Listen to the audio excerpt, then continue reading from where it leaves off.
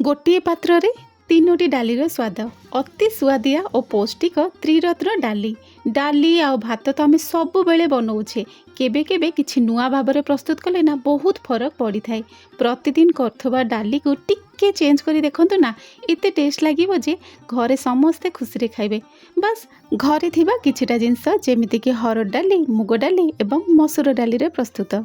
आउ यही डालीर सबुठ विशेष गुण होची यहाको भात संगे खाइले जितकी टेस्ट लगे रुटी परोटा पूरी सांगे सेतिकी टेस्ट लगे। तेबे नमस्कार, प्रीति छंदा होम किचन को आपनको स्वागत। तेबे चलतु स्टार्ट करवा आज रेसिपी। प्रथम किछि मुग डाली माने मु जदि क्वांटिटी हिसाब देखिया जीवी ना तो 2 बड़ चमच भाया मु मुग डाली नहीं जाइए। सर्वप्रथम आम मुग डाली को हल्का भाजी नवा, पूरा कड़ा भजा आम करवानी, बस हल्का सी मांचरे आम मैंने भाजी नवा। सेमती 2 बड़ चमच भाया मु मसूर डाली नहीं जाइए, आउ 2 बड़ चमच मु हरड़ डाली नहीं जाइए। मुग डाली को तो आम भाजी सारिचे, तेणुक सब डाली को आम गोटे जगह को नहीं जावा एवं ताको भल भाव में धोई नवा।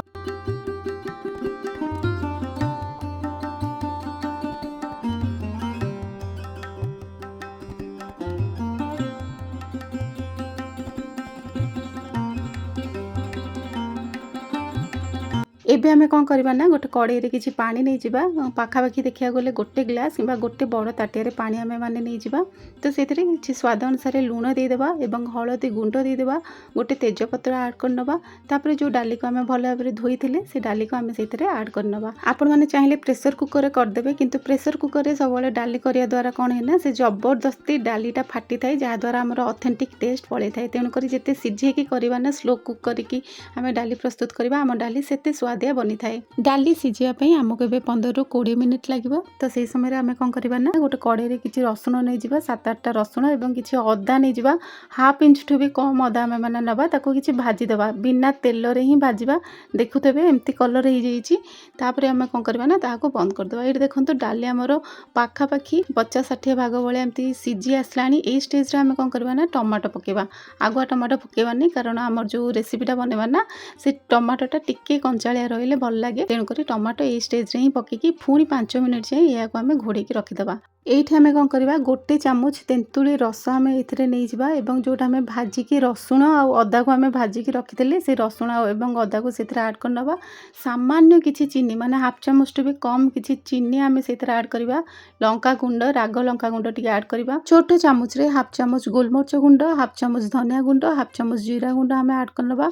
टिके भल फ्लेवर आसा पे गोटे लंका आमे माने सेथिरे ऐड कर नबा। जेहेतु मसलाटा हमर अलुणिया न लागिबो सेतपे आमे अल्प किछि एथरे लूण ऐड कर नबा। ध्यानर सहित लूण देबे, जेहेतु आमे डाली रे मध्ये लूण देइथिले।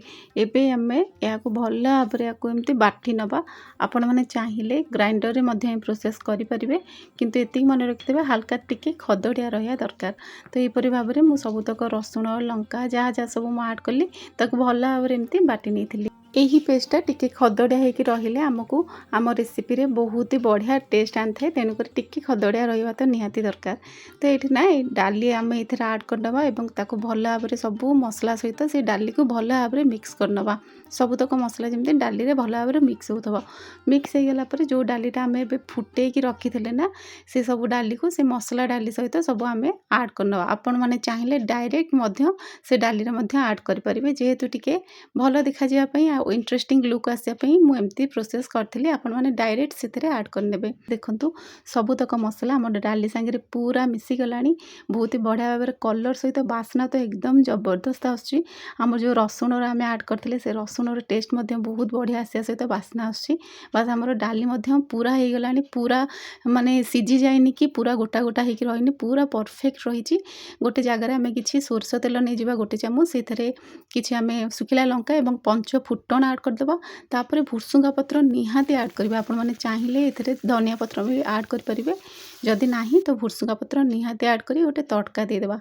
तड़का दे सारला परे भल भाव में मिक्स करिकी याको आमे घोड़े की रखि नबा। आपण माने चाहिए एथिरे घिओ रे मध्य तड़का दे परिबे, घिओ रे कले मध्य रसुण रे तड़का दे परिबे, टेस्ट बहुत बढ़िया आसीबो।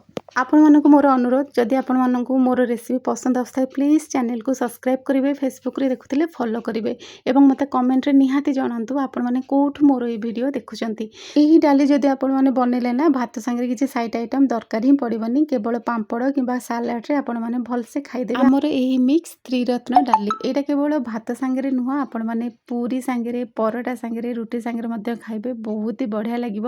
ଥରେ ନିହାତି ଟ୍ରାଏ କରନ୍ତୁ। ଟିଫିନ୍‌ରେ ମଧ୍ୟ ଛୁଆଙ୍କୁ ଦେଇପାରିବେ। ଛୁଆମାନେ ତ ବହୁତ ଖୁସିର ସହିତ ଟିଫିନ୍ ପୁରା ସାରିକି ହିଁ ଆସିବେ।